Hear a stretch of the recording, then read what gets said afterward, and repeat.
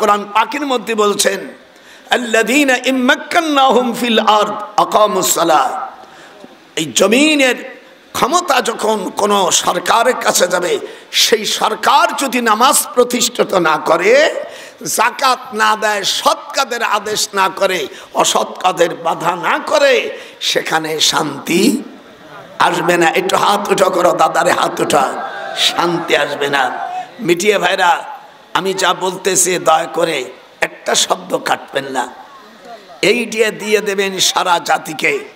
আমি যতদিন ওয়াজ করি আমার একই ওয়াজ, জমিনের যত সময় পর্যন্ত, আজ পর্যন্ত 52 বছর চলে গেল, পার্লামেন্টে বিভিন্ন দলের লোকেরা গেছে, কিন্তু আজ পর্যন্ত নামাজের বিল কোন সরকার এই পর্যন্ত উত্থাপন করেনি, কোন সরকার না। যারাই গেছে তারা নিজের ভাবনা চিন্তা নিজের আখের গোছাইছে। আমার বাড়ি গোপালগঞ্জ, রাষ্ট্র আমাদের হাতে। আমি হাসিনীকে বলেছি, মা শোনো, তোমাকে আমি ছোটবেলায় কোলে করেছি, আমার 96 বছর বয়স, দয়া করে পার্লামেন্টে তুমিও করো, না হলে কিয়ামতের ময়দানে কোরআনের আয়াতের এগেনস্টে চলে গেলে একটা কদমও সামনে অগ্রসর হতে পারবে না।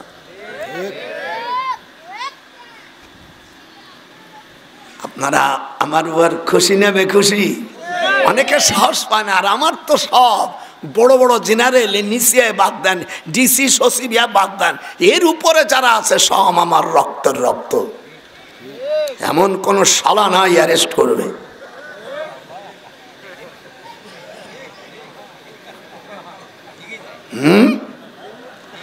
হায় হায় হায়, এই পর্যন্ত যারা মুসলমান, যারা পার্লামেন্টে গেছে, আল্লাহর নবীকে যখন জেলে দেয়, দুনিয়ার সবচাইতে ভালো মানুষ আমার রাসূলের চাইতে কোন ভালো মানুষ পৃথিবীতে এই পর্যন্ত আসে নাই। ওয়া ইন্নাকা লাআলা খুলুকিন আযীম। এটা হাত উঠান, আল্লাহু আকবার। আল্লাহ কোরআনে বলেন, and surely thou hast supplied morals. আপনি সুমহান চরিত্রের অধিকারী শুধু এই কোরআনের দাওয়াত দেওয়ার কারণেই। মক্কা শরীফে 13টা বছর দ্বীনের দাওয়াত দিয়েছে। নবীদের 3টে আখলাক, 3টে চরিত্র। 1 নম্বর, ওহী না হলে সে নবী হয় না। 2 নম্বর, হুসনে খল, উন্নত মানের চরিত্র থাকতে হবে। আর 3 নম্বর হলো মুজিজা। নবীকে হতে হলে কয়টা জিনিস লাগে? এটা হাত উঠো, কয়টা? 1 নম্বর, ওহী পেতে হবে, ওহী ছাড়া নবী হয় না। 2 নম্বর, হুসনে খল, উন্নত মানের চরিত্র। 3 নম্বর, মুজিজা। দুনিয়ার সকল নবীর মুজিজা বিলুপ্ত হয়ে গেছে, কিন্তু কোরআনের মুজিজা বিলুপ্ত হয় নাই। দুনিয়ার সবচেয়ে বড় মুজিজা হলো কোরআন। এই 13টি বছর দ্বীনের দাওয়াত দেওয়ার কারণে হুজুর সাল্লাল্লাহু আলাইহি সাল্লামকে সাহাবে আবু তালেব, মক্কা শরীফের আবু জেহেল তখন প্রেসিডেন্ট, মক্কা শরীফের আবু জেহেলের জেলখানার নাম ছিল সাহাবে আবু তালেব। নামটা কি? একটু জোরে, তোরা তোমার পাশে যে কথা বলো, সাহাবে আবু তালেব। 3 বছর, এই দিক তাকান, 3.5 বছর, 63 বছরের জিন্দেগি মক্কা শরীফে 3.5 বছর জেল। আমি 34 বার হজ করেছি, এই দিক তাকা, বড় হজ, উমরা না। উমরা কতবার করছি, কয়েকশো বার হয়ে গেছে, আমার গোনা টোনা নাই। বড় হজই করেছি 34 বার।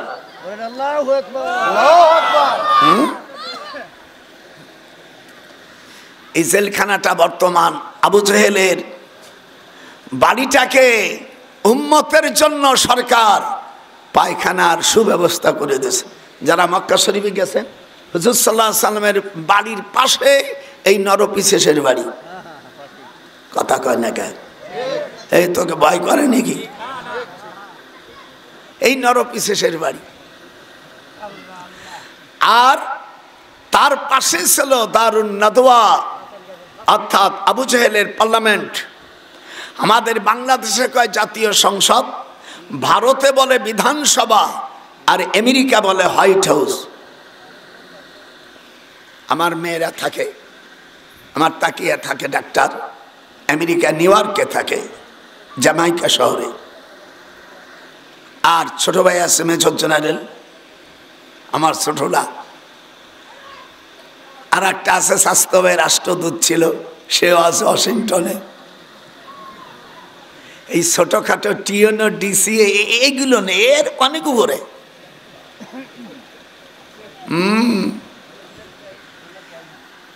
এই আবু জাহেল শয়তান আমাদের দেশের মৌলবীরে তার চাচা পায়। এরা আর এক মূর্খ মৌলবী। আবু জাহেল রসুলের চাচা টাচা কিচ্ছু না। আবু জাহেলের নাম হলো আমর বিন হিসাম, এর বাড়ি হলো উত্তর ইয়ামিন তুষখাল গ্রাম। এই তুষখাল গ্রামে 7 জন কাফেরের জন্ম। নমরুদের বাড়ি ওই জায়গায়, আবরাহার বাড়ি ওই জায়গায়, বক্তে নসরে হারামির বাড়ি ওই জায়গায়, আমিয়া কারুনের বাড়ি ওই জায়গায়, হামানের বাড়ি ওই জায়গায়। আল্লাহ কুরআন পাকে হায় হায় হায় হায় কোরআন মাজিদের ভিতরে আল্লাহ নবী 3.5 বছর জেলে, 3.5 বছর জেলে, সেখানে হুজুরের 3টে কন্যা জেলে। হুজুরের বড় মেয়ে রোকেয়া, মেজে মেয়ে জয়নাব, 3 নম্বর মেয়ে কুলসুম, আর ফাতেমা ছোট থাকার কারণে জেলে রাখা হয় নাই। 3.5 বছর জেলের ভিতরে বুখারী শরীফের মধ্যে কিতাবুল আম্বিয়ার মধ্যে এসেছে ওরাকা শাজার। ওরাকা মানে পাতা, শাজার মানে গাছ। খাবার বন্ধ করে দিল। আবু জেহেলের যারা পরামর্শ মন্ত্রী পরিষদে যারা ছিল বলে মুহাম্মদকে শেষ করে দাও, আও ইয়াকতুলুকা আও ইউখরিজুকা ওয়া ইয়ামকুরুনা ওয়া ইয়ামকুরুল্লাহ ওয়াল্লাহু খায়রুল মাকিরিন। আল্লাহু আকবার। মক্কা শরীফে কাফেররা আবু জেহেলের পার্লামেন্টে যারা পরিষদ ছিল তাকে বলছে মুহাম্মদ সাল্লাল্লাহু আলাইহি সাল্লামকে হত্যা করতে হবে। আও ইয়াকতুলুকা, হুজুরকে আল্লাহ বলেন তোমাকে মারার চেষ্টা করছে। আও ইউখরিজুকা, তোমাকে মক্কার জমিন থেকে বের করার চেষ্টা করছে, সিটিজেনশিপ বাতিল করবে।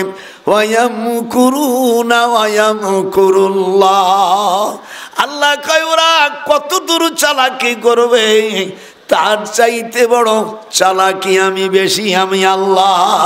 যেরকম আল্লাহু আকবার, আল্লাহু আকবার। ওয়াস্তামা ইয়াউমা ইউনাদিল মুনাদি মিন মাকানিল করিব। ওয়াস্তামা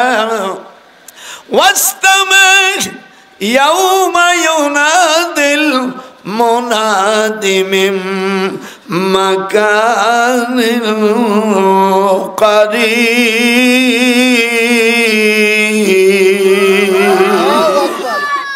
হায় হায় হায়, এই সংবাদ হালিমাতুস সাদিয়া কানে চলে গেল। মক্কা শরীফ থেকে প্রায় 100 মাইল দূরে, তায়েফ প্রায় 100 মাইল, আর সেখানে থেকে আর কিছু দূর হালিমাতুস সাদিয়ার ছোট বোন রাবেয়া। আর রাবেয়ার স্বামী হলো তায়েফের রাষ্ট্রপতি, তার নাম মুখসানের ছেলে জহির ইবনে মুহিত, সে হলো হালিমাতুস সাদিয়ার বোনের ছেলে, সে হলো আবু জেহেলের দুলাভাই, আবু জেহেলের ভগ্নিপতি। তার দায়িত্ব হলো ওই রাষ্ট্রে যত বড় বড় লোক আছে তার গর্দান কাটিয়ে আনবে, আর যত টাকা পাবে তার অর্ধেকটা টাকা আবু জেহেল পাবে। কথা বুঝছেন? হালিমাতুস সাদিয়ার আপন বোন। হালিমাতুস সাদিয়া জহির ইবনে মুহিতকে বলল, বাজান রে, আমি মুহাম্মদ সাল্লাল্লাহু আলাইহি সাল্লামকে আমি দুধ পান করাইছি। সেই সময় বাজানের ঠিক দিকায় হাদিস শরীফের মধ্যে এসেছে, মুসলিম শরীফ 198 পৃষ্ঠা মেরাজের বাবের ভিতরে হযরত সাইমান ইনি বর্ণনা করেন, আনাস ইবনে মালিক থেকে বর্ণনা করেন, রাসূলুল্লাহ সাল্লাল্লাহু আলাইহি সাল্লামের কাছে জিবরিল আমিন এলেন এবং তখন তার শিশুদের সাথে খেলছিলেন। তিনি তাকে ধরে শোয়ালেন এবং তার বক্ষ বিদীর্ণ করে হৃৎপিণ্ড বের করে আনলেন। তারপর তার বক্ষ থেকে একটি রক্তপিণ্ড বের করে দিলেন। আল্লাহু আকবার। আমাদের বাংলাদেশে কিছু বক্তা আছে, এদের কোনো এলেম কালাম না, ওই ক্যাসেটের বক্তা শুনিয়া তারা মুফাসসির হইছে। হায় হায় হায়, এই ছাগল পাগল বলছে যে আল্লাহ রসুলকে বুকে যে করছে, বুক সেলাই করছে, এটা বানোয়াট। আমি বলি এদের মুখে জুতো পেটা করা দরকার।